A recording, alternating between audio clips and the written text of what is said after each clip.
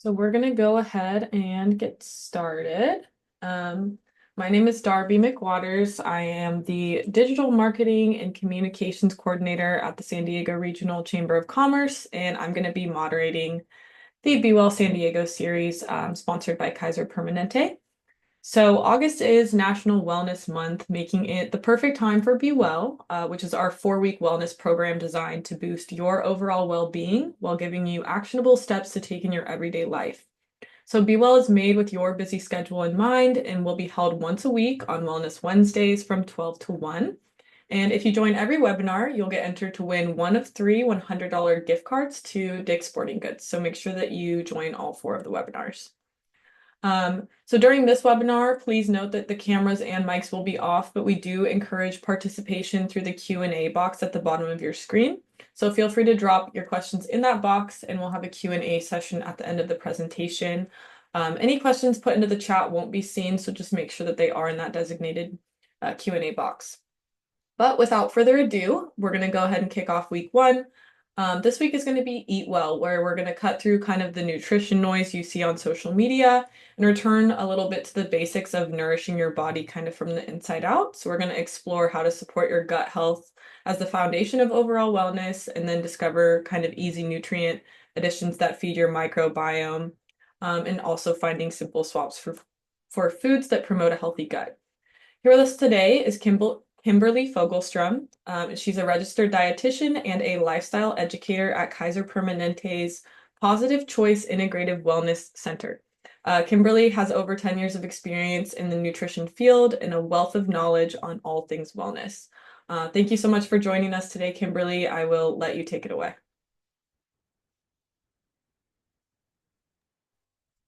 Awesome. Hello, everybody. Thank you so much for having me.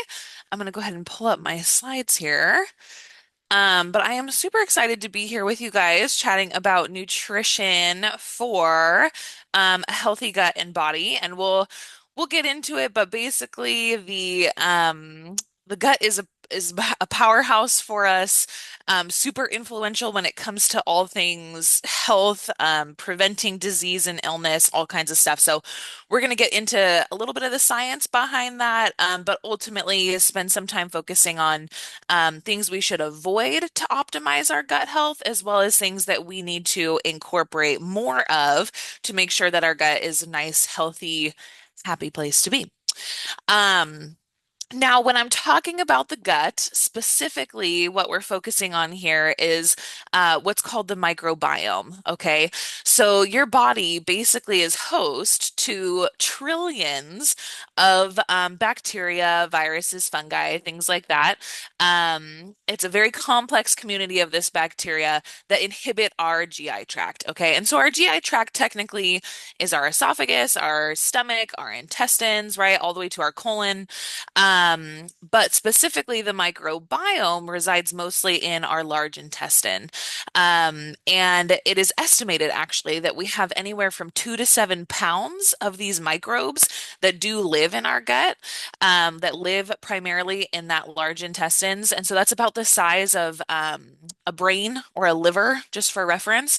So it's very present, it's very powerful, I will say. And we just want to make sure that we are optimizing the health of our gut because of how influential it really is. There's so many different kinds of microbes, over 1,000 different kinds that are present in our gut. Some even live on us, you know what I'm saying? But let's talk about how we can start to influence our gut a little bit and why that is so important. So basically, what they're finding in research is that a nice, healthy gut is a really critical role in our overall health, ultimately. So, a healthy gut affects everything from digestion to how we absorb nutrients to our immune system, and they're even finding connections to our mental health as well. So, as you can see here, a thriving gut, of course, helps us break down food and absorb those nutrients, but also helps us ward off harmful pathogens. So, it's very essential in disease fighting as well. You might be wondering, like, what influences the microbiome? There's a lot that goes into it that we ultimately cannot control. So things like our genetics, the mode at which you were born, right? C-section versus a natural birth. If you were breastfed or formula fed, these are all things that ultimately affect our microbiome. But good news is that diet and the foods that we choose to consume is the most influential factor, especially now, right? As we are not babies anymore, as we're independent human beings. So those food choices have a major, major effect here. Now, I just want to provide us with some more background info, kind of the sciencey side when it comes to why our gut microbiome is so influential.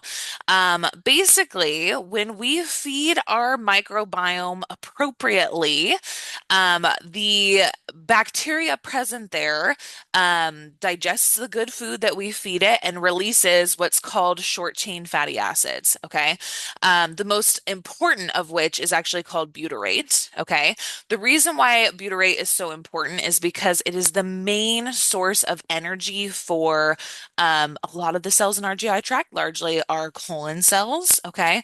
But butyrate also helps support our immune system and it helps reduce inflammation. So, for anyone who doesn't know, inflammation is actually the first step in a lot of different chronic diseases, or a lot of chronic diseases have a tie to chronic inflammation. So if we can get inflammation in our system turned off, we can prevent things like cancer, different metabolic diseases, autoimmune diseases, and things like that.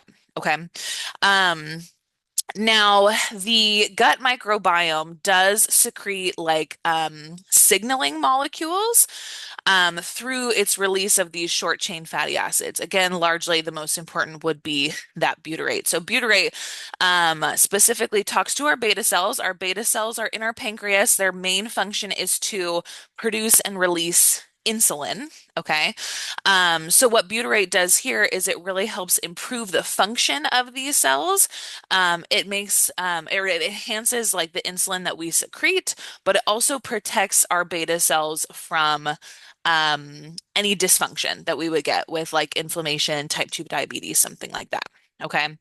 And then butyrate also plays a role in our adipocytes as well, and the function there. So what they're basically finding is that these short chain fatty acids can be helpful in combating obesity. Basically, when we feed our gut properly, we release these short chain fatty acids, which then in turn actually increase the process that breaks down fat for energy. Okay. So even having a healthy gut helps fight obesity as well. Now, this is what we call the gut-brain axis. So if you haven't picked up on it yet, I've said it a million times, but the gut is super powerful. Um, and what's crazy is that it actually communicates directly with our brain. So, and our brain communicates directly with our gut as well. So it's bidirectional. They communicate back and forth. And they call this the gut-brain axis. Okay. And essentially, the biggest role that is played here, or the biggest key, I should say, the key player would be serotonin. Serotonin is a really vital part in this communication process because it is the main communicator between the gut and the brain. And as a matter of fact, most of the serotonin actually produced in your body is made in the gut. And for anyone who doesn't know, serotonin is what helps us with our mood. It helps us with sleep, digestion, among some other things. So anyway, very, very important key player here. And the gut microbiome, not only does it influence how much serotonin we produce, but that in turn has a direct effect on our brain function as well as our mood. So they're finding that the health of our gut is even tied to our mental health, which I just think is so fascinating. Um, there's some research that says 60% of mood disorder patients also have IBS, which is irritable bowel syndrome.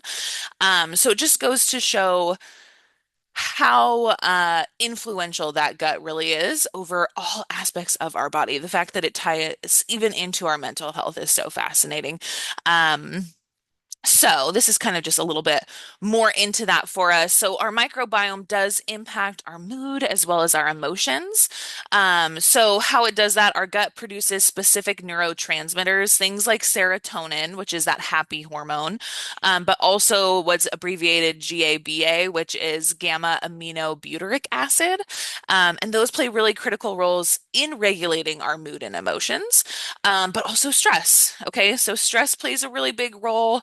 I think we can all know it's kind of cyclical when it comes to stress and our digestive tract. Sometimes stress can really take a toll on digestion, whether it's the foods we're choosing to consume too much of in response to stress, or sometimes stress, speeds up digestion for folks or slows it down for others, right? So it can lead to a variety of just different issues depending on who you are and how you handle stress, how your body responds to it.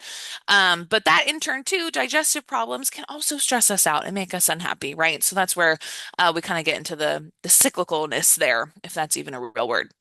And then, of course, the regulation of our appetite as well. So, the gut microbiome really influences our appetite because of those short chain fatty acids that we talked about earlier, like butyrate and those kinds of things. They actually release hormones that signal fullness. Okay. So, when we have a good, healthy gut going on, it is easier for our body to know when we are full.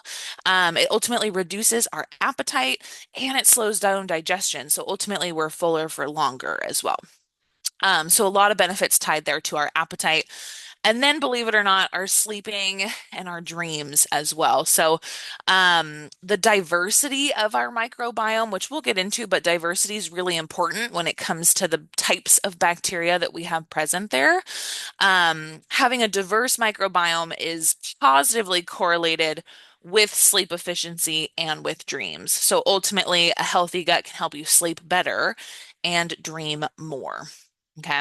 So again, whole health perspective here is affected by our gut. Now, there are two dominant types of families that do live in our gut that make up most of the bacteria present there. You can see about 80 to 90%. The two different types are called Bacteroidetes and Firmicutes. Okay. Again, just from a sciencey perspective, not something that you have to know. But as you can imagine, certain types of bacteria we want to take over more than others, right? So obesity is actually associated with a low Bacteroidetes to firmicute ratio. So firmicutes are actually the type of bacteria that thrive off of things like added sugar, saturated fat, things like that, right? Versus Bacteroidetes are the type of bacteria that thrive off of things like fiber, okay? So when our ratio is skewed a certain direction, when we have more of one type of family than the other, it can actually promote things like obesity in our system if we have more firmicutes. Um, and as you can imagine, there's a lot of lifestyle factors that do play a role in contributing to this ratio. So, largely diet, I will say, very significant factor. And we'll talk about how we can ultimately make some good positive changes here for ourselves. But physical activity as well, moving our bodies more, um, promotes better bacteria in our system versus when we're more sedentary. Food additives and contaminants can also contribute to or skew the ratio of the types of bacteria we have present. And then antibiotics, which is probably not completely shocking, but antibiotics can you know, kill certain kinds or ultimately wipe out the population of bacteria present in our gut. So, lots of lifestyle factors that contribute here, but ultimately, diet is going to be a really big one that we have control over, that we can have some influence here.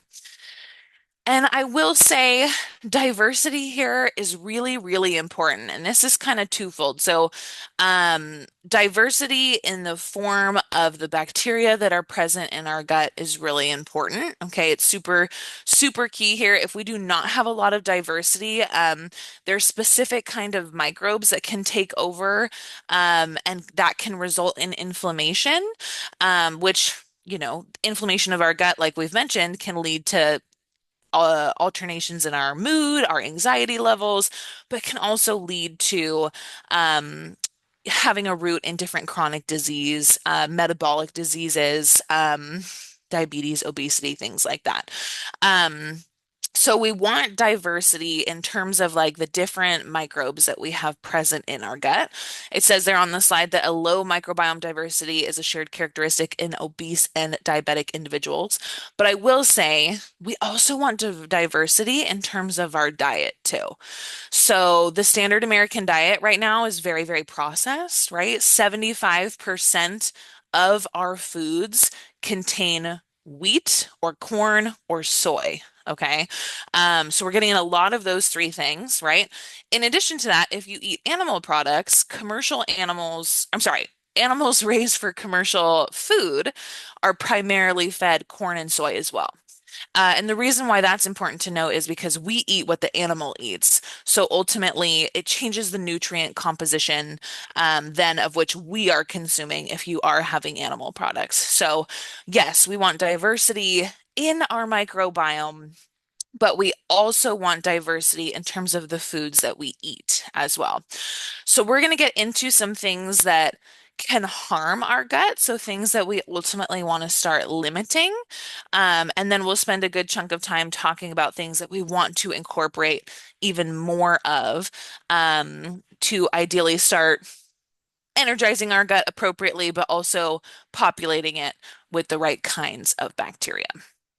So, here is a list of things that can harm our gut health, okay, that we want to take into consideration. So, one would be unnecessary antibiotics. Now, if you have to take them, of course, take them, right? There's absolutely purpose there. But what we mean by unnecessary is don't take them without a prescription, right? Or don't take them willy-nilly or for no reason, okay? Ultimately, antibiotics can harm our microbiome within just a few days of having taken them, okay? And then we have fast food and junk food as well. So remember, I was talking about those firmicutes and the bacteroidetes, those two families. Firmicutes are the ones that kind of thrive in folks who are overweight or obese. And what happens is processed food and junk food kind of feeds and nurtures the firmicutes more, right? So they proliferate more, and that can result in a lack of diversity and ultimately just changing your gut microbiome. So, one strategy here is to cut back on the fast food, the processed food, the more convenient foods, right? Ultimately, in a perfect world, we're getting back to cooking a little bit more at home where we can. Okay. And then we have artificial sweeteners. Okay. Now, they have been shown to reduce levels of like good bacteria that are present in our gut, as well as increase the strains that are disease causing. So there's kind of like a double negative effect there. So we do want to exercise caution with artificial sweeteners. Now, for anyone who doesn't know, an artificial sweetener gives a food sweetness without giving it any calories. Okay. So they are man-made. Generally, you will find artificial sweeteners in anything that claims to be diet, or sugar-free or something like that, but still have flavor, right? So, um, yeah, good thing for us to be aware of. They're okay to have in moderation, but I really, really mean moderation on occasion, not all the time, right? So there's some examples there on the slide for you. There's aspartame, there's saccharin, there's sucralose, among some others, but those are some that are quite popular. Okay, so again, being cautious with anything that claims to be sugar-free, calorie-free, whatever, whatever, but still have flavor, can very likely have artificial sweeteners in it. Okay. Um, and then we have excessive alcohol consumption as well. So when we consume too much alcohol, it actually increases the bad bacteria and decreases the good. So ultimately can harm the health of our microbiome as well. I'll be honest, as a registered dietitian, I tell all my folks in class this that alcohol is not something that we need. We can't get, there's nothing we get from it that we can't get from something else. So, um, a fabulous way to shift your health and change it quickly is to actually pay attention to the types of liquids you are consuming. Okay. Whether it's sodas or alcohol or whatever. It's a very, very effective way to change your health quickly is by paying attention to the liquids we consume. Okay, and this is just kind of giving us a little bit of a visual. This is basically looking at if you had to take kind of a cross section of your small intestines. So here on the left is like this person's doing pretty good. We'll get into that. This one on the right here, we obviously have some issues happening. Okay, so this is what it looks like when we get in good, healthy nutrients into our system that fuels the bacteria in our gut properly. Okay. So this line of like pink cells here, that is the lining of our intestines, okay, the lining of our gut.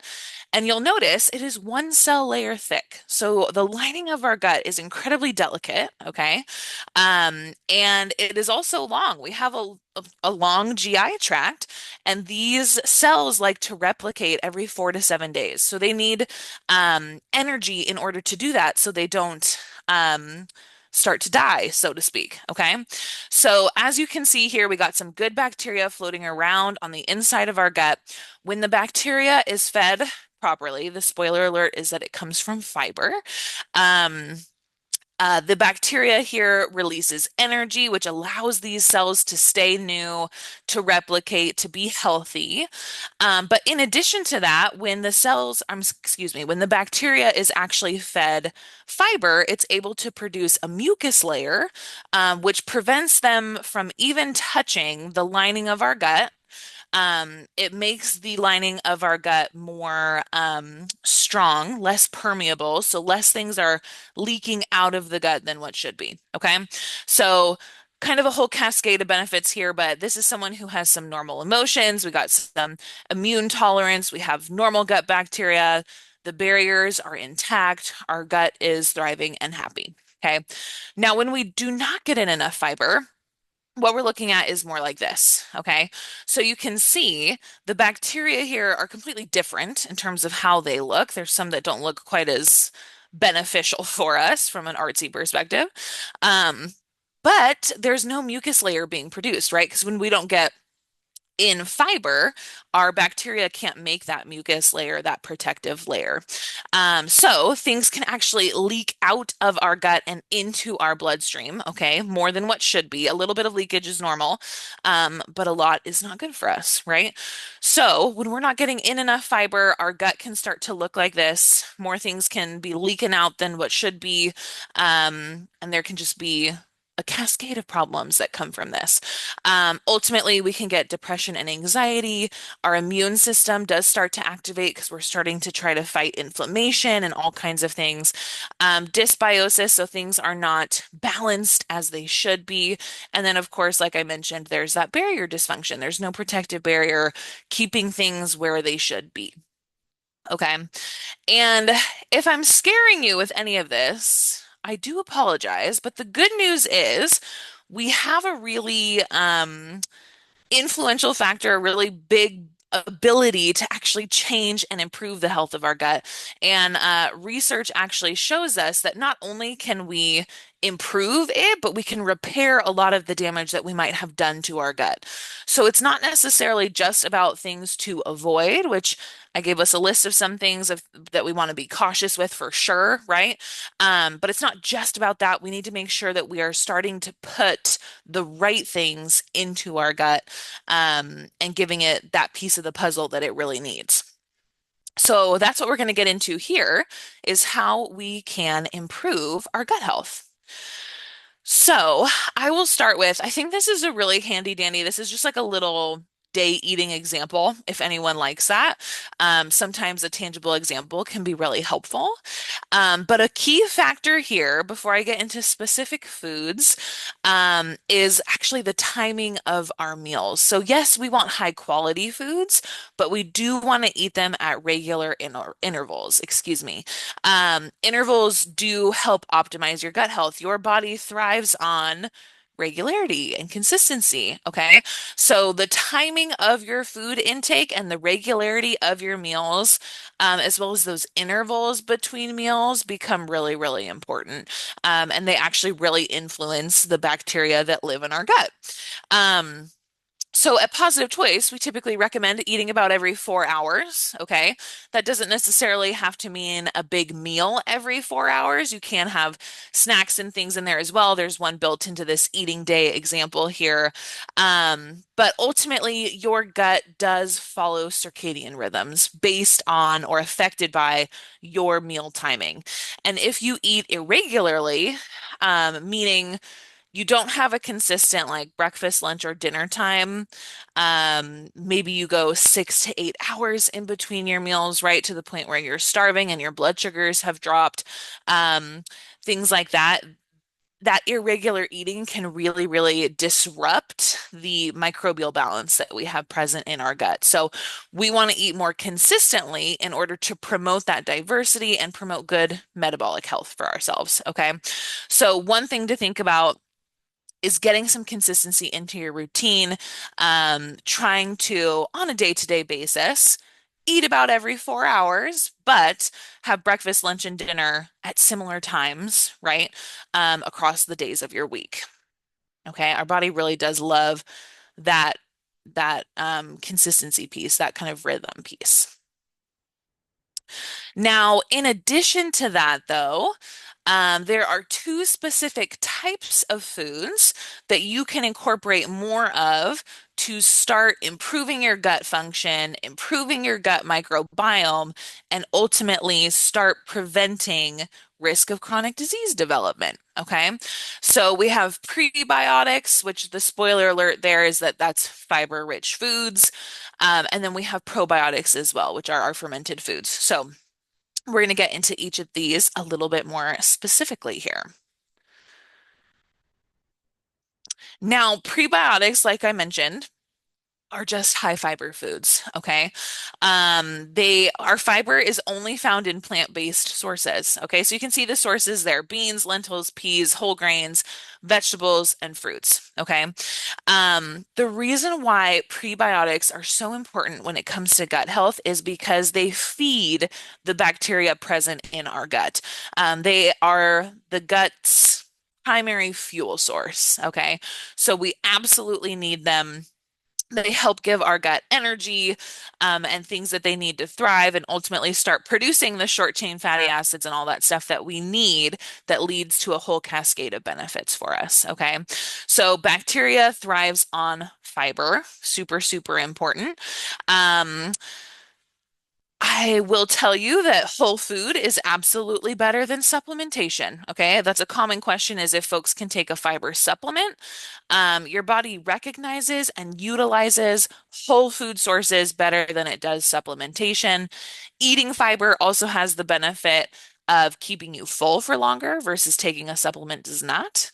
Um, so anyway, those are just a couple things to keep in mind. Now, the recommendation for how much fiber to have is anywhere from 25 to 38 grams of fiber a day. Okay, that's the range that you are looking for: 25 to 38 grams of fiber a day. The average American right now generally eats about 10 to 15 grams a day, so not a whole lot.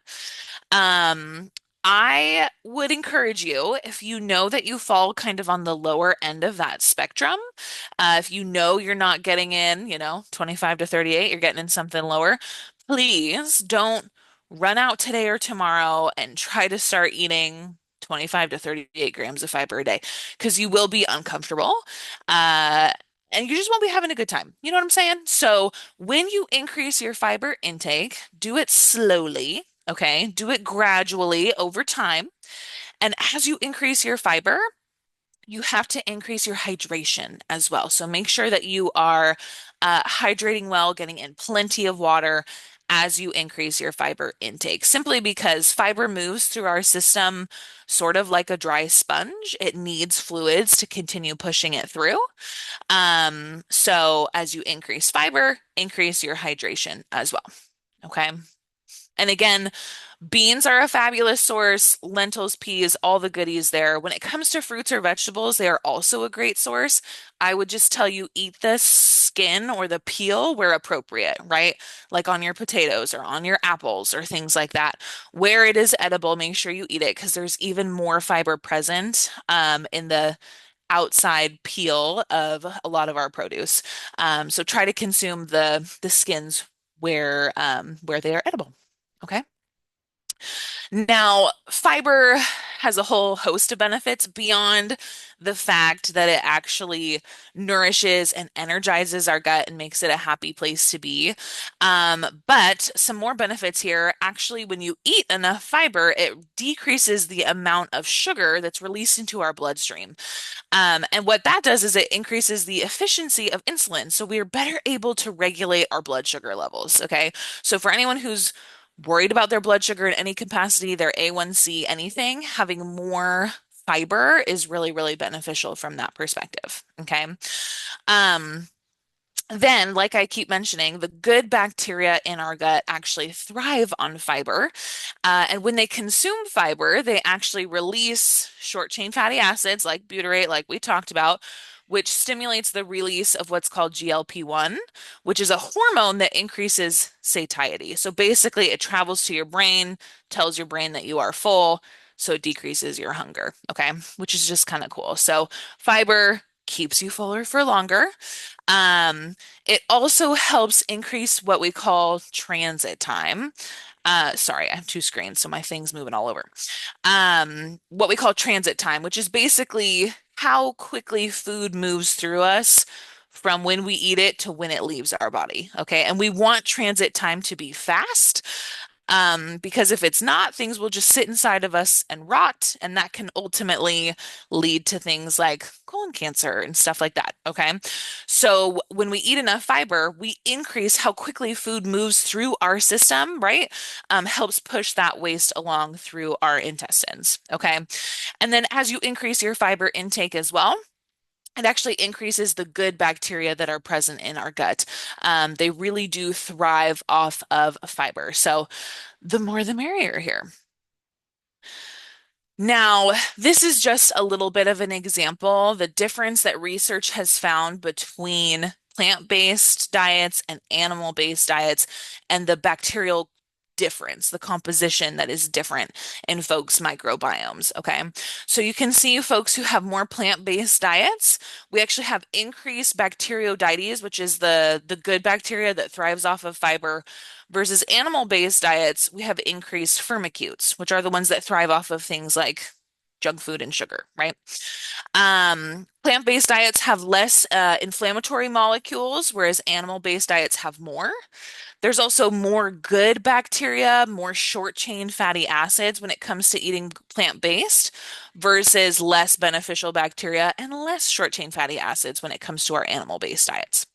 And then we have increased insulin sensitivity, which is so good from a whole host of perspectives.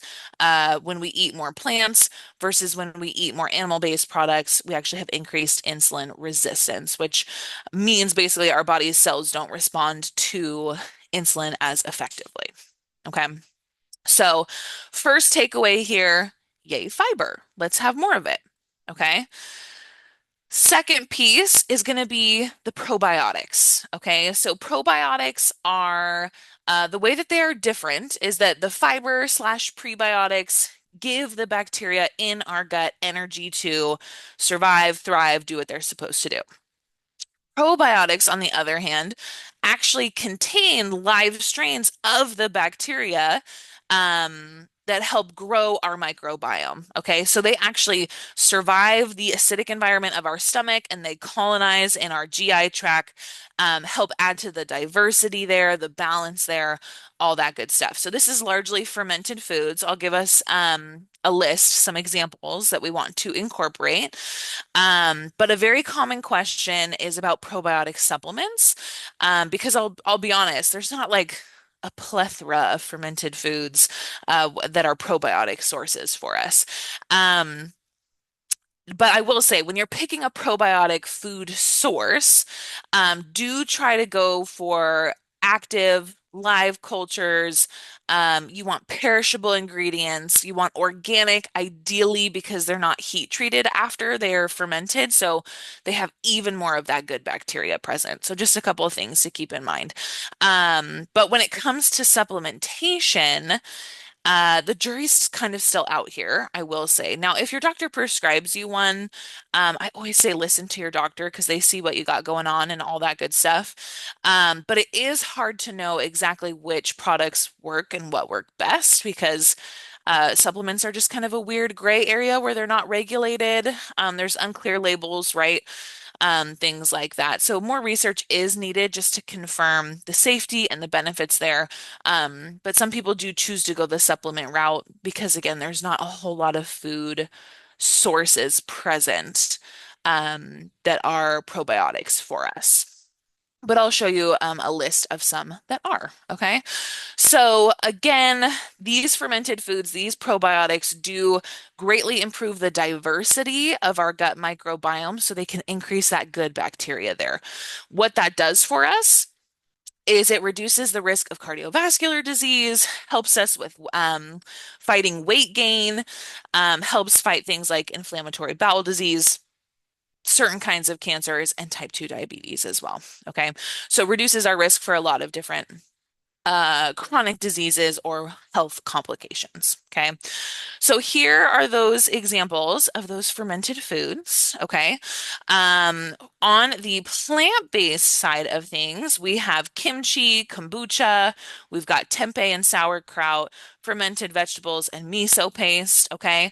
Tempeh, for anyone who doesn't know, it's a fermented soybean, almost like in cake or loaf form. Um, and you can like marinate it overnight, slice it up, pan fry it, or air fry it. You can also treat it almost like a ground meat, so you can kind of crumble it up, use it in salads, talk as like a taco meat, right? Something like that. So those are some options there for using tempeh. I would tell you to exercise caution with like kimchi and sauerkraut, just be reading labels because they can be really high in salt, right? And then kombucha is one that I'd be reading labels for too, just because kombucha sometimes can be quite high in sugar, right? So things just to be paying attention to ultimately. And then we do have some fermented dairy products as well. So kefir, which is basically like a drinkable yogurt. And then we have live active cottage cheese or plain yogurt as well. I like to always say that not all cottage cheeses, kefirs, or yogurts are made the same. Not all of them are going to be sources of probiotic for you.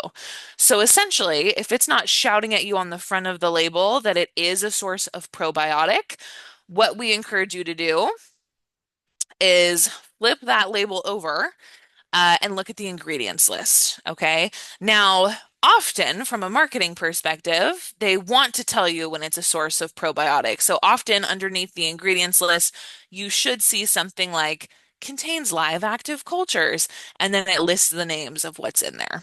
That's what you'd want to see. That would mean it is a source of probiotic. However, companies aren't required to list this, but oftentimes they do when they know they have that added benefit in there. Okay. So just from a yogurt perspective and a cottage cheese perspective, to be aware of that, they're not all made the same. So just be reading labels. And when it comes to yogurt too, we ultimately recommend one that is plain in flavor, as well as Greek yogurt, Greek or Icelandic. They're higher in protein than just a plain yogurt. Okay. And that's why we recommend those. And then ultimately get plain and jazz it up yourself, right? You can add your own nuts or nut butters. You can add, some honey or some cinnamon or something like that if you want to. But you're going to add a lot less sugar and just stuff than what the manufacturer does if you get plain. Okay. And the last little tidbit we're going to get into here, as far as things that help our microbiome, is going to actually be exercise. So, physical activity really does help the microbiome, and this is also bidirectional as well. So, exercise actually promotes that beneficial bacteria growth in our microbiome, whereas having a healthy microbiome already increases or enhances our ability to exercise because a good healthy gut releases dopamine, which increases your motivation to exercise. So it's kind of goes hand in hand there. It's bidirectional, which I think is just super fascinating. And ultimately, when we progressively increase our physical activity, so we're constantly looking to improve our fitness level or challenge ourselves a little bit, get out of our comfort zone a little bit. That ultimately results in positive changes in our gut microbiome as well. So sometimes with exercise, it's easy to get content, right? And not push ourselves past a certain point. But ultimately, when we do progressively challenge ourselves, it does help improve our microbiome as well. So here we can see that physical activity actually decreases cortisol, which thus helps reduce inflammation. And as I keep mentioning, inflammation is the first step in a lot of different chronic diseases. So, lots and lots of benefits there when it comes to moving our bodies, right? But physical activity also helps improve that integrity of our gut barrier. So more things are staying in line where they should be, which is a good thing. It also helps improve how our body utilizes nutrients and again helps enhance the diversity of our gut microbiome. Okay, so lots of benefits when it comes to physical activity. One study in particular, actually done in 2018, found that lean, sedentary folks who exercised for 6 weeks actually developed higher levels of a good, healthy, beneficial microbiome. But when they returned to their baseline levels, how they started, which was sedentary, um, they lost all the benefit. The benefit went away. So we do not just have to move for a temporary amount of time and the benefit stays permanently, right? We have to continue moving our bodies. It has to be a part of our lifestyle to see that ongoing benefit there. Okay. Cardiovascular fitness specifically has been correlated with a positive microbiome diversity, regardless of diet. So, getting out there, getting your heart rate up a little bit, whether it's walking or biking or hiking or swimming, right? Doing something cardiovascular for yourself in general, regardless of diet, has been found to benefit the microbiome. And then exercisers naturally contain more bacteria that form butyrate, which butyrate we talked about has that whole host of benefits ultimately tied to it, with helping us with insulin and blood sugars and burning fat, fighting obesity, all of that kind of stuff. Okay. Um, Okay, so my next couple of slides are mostly telling you about positive choice, and then I just want to give a couple wrap-up points when it comes to taking care of our microbiome and ultimately kind of summarizing what we chatted about today. But I do want to tell you just a little bit about Positive Choice, who we are. Our full name is the Positive Choice Integrative Wellness Center. And basically, sorry, dramatic pause. There we go. We believe in a holistic approach to health, okay? And that given the right environment and healthy food, that your body can heal and stay healthy from a lot of the common diseases that we face today. Um, we offer a lot of different programs where we come alongside you and work with you, especially on a weekly basis, to help folks, develop and sustain healthy lifestyles for the long term. So you can kind of see what we offer here. We offer medically supervised weight loss programs. They're medically supervised because they are very, very rapid. The weight loss is rapid, I should say. We have healthy lifestyle programs, mindfulness and stress reduction programs. We actually offer some plant-based cooking classes in person, which is really cool. We have uh, a whole host of folks who are dedicated to integrative medicine, which is also really cool. And then we have some one-on-one services as well in the form of like fitness and nutrition. We have body composition appointments, personal trainers. You can meet with a dietitian, all kinds of stuff. So if you want to know more about Positive Choice, you can visit our website, positivechoice.org. So you can either scan this QR code or just go to positivechoice.org. And this is what our website looks like. Um, we talk about all of our services on our website in detail. But you can also you can scan this QR code or go to positivechoice.org/catalog. And this is a PDF that will pop up for you ultimately that details, I think, every single one of the programs that we offer if you are interested. Okay, so feel free to check us out. Obviously, I'm biased because I'm with Positive Choice, but I think a lot of what we offer is super great. So feel free to check us out. Um, and then ultimately, before we get into questions, I just want to kind of reiterate a couple of things that we talked about today to kind of summarize for you some takeaway points. Um, it's not just about cutting things out of your life, but what you can incorporate more of too. Okay. So, yes, think about cutting out convenience foods, fast food, junk food, right? How can we limit those types of things? But also think about how you can incorporate more fiber into your day. How can you incorporate more probiotics into your day? And exercise too. Can we move our bodies a little bit more to ultimately continue promoting the health of our gut? Okay. And I should have mentioned it earlier. I did forget.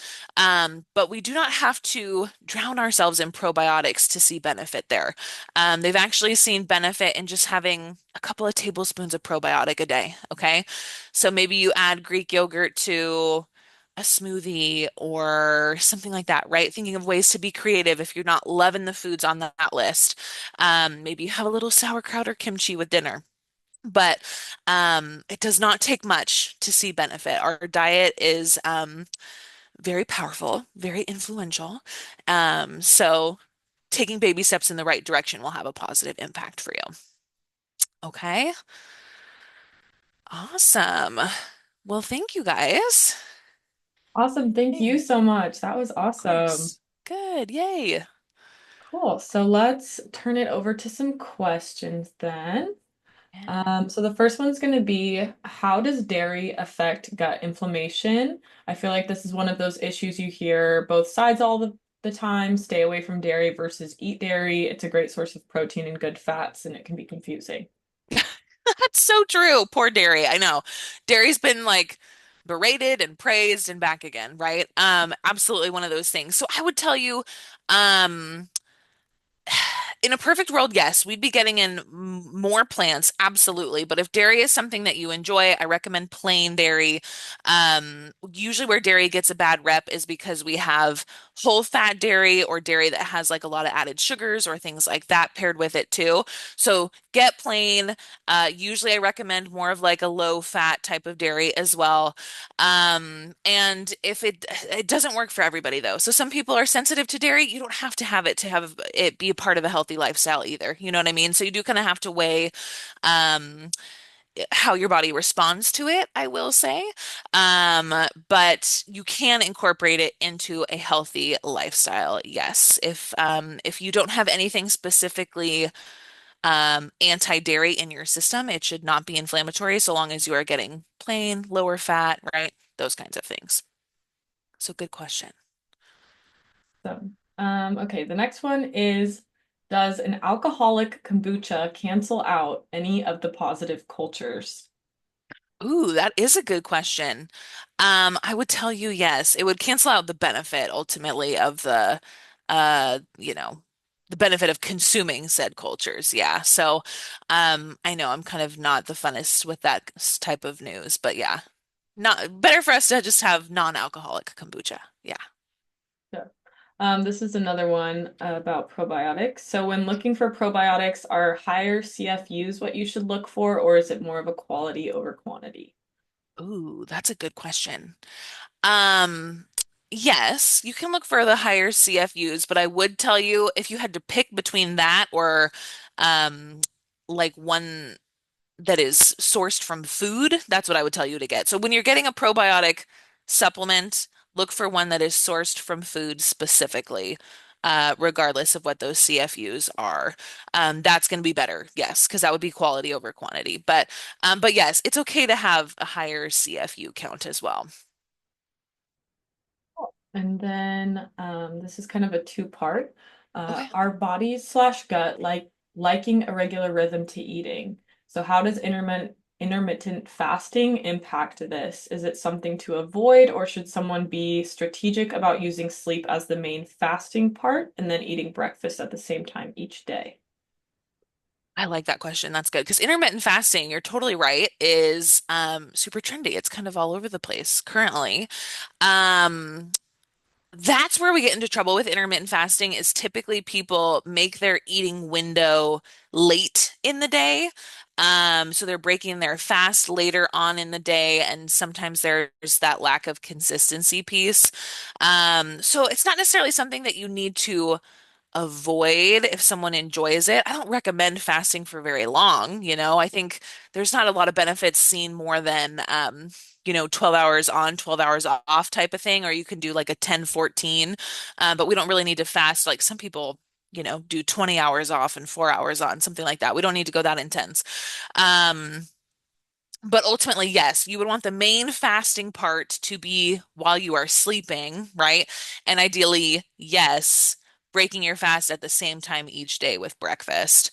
And regardless if that's your strategy or not, you want the consistency of the timing piece in there. So trying to, break your fast at the same time each day, have your regular meal intervals, right? And then whatever your cutoff time is, try to keep the same as well. Just don't go too long. It's there's definitely been benefit tied to like mental health and things like that, and giving our gut some time off is a really good idea versus like eating all day and all hours of the night, right? But we don't need to fast for too long. It can mess with our blood sugars ultimately. Gotcha. Okay, I think that is all of our questions. Thank you everyone for participating. That's going to wrap up the first week of Be Well San Diego. Thank you so much again, Kimberly, for sharing such valuable information, making it feel a lot more manageable because there's a lot out there about gut health right now. Big thanks to Kaiser as well for sponsoring the series. And to everyone, just don't forget to join us next Wednesday at noon for week 2, which is going to be Balance Well, where we're going to be diving into management. Thanks everyone again for participating today, and we will see you next week. Thank you. Thanks.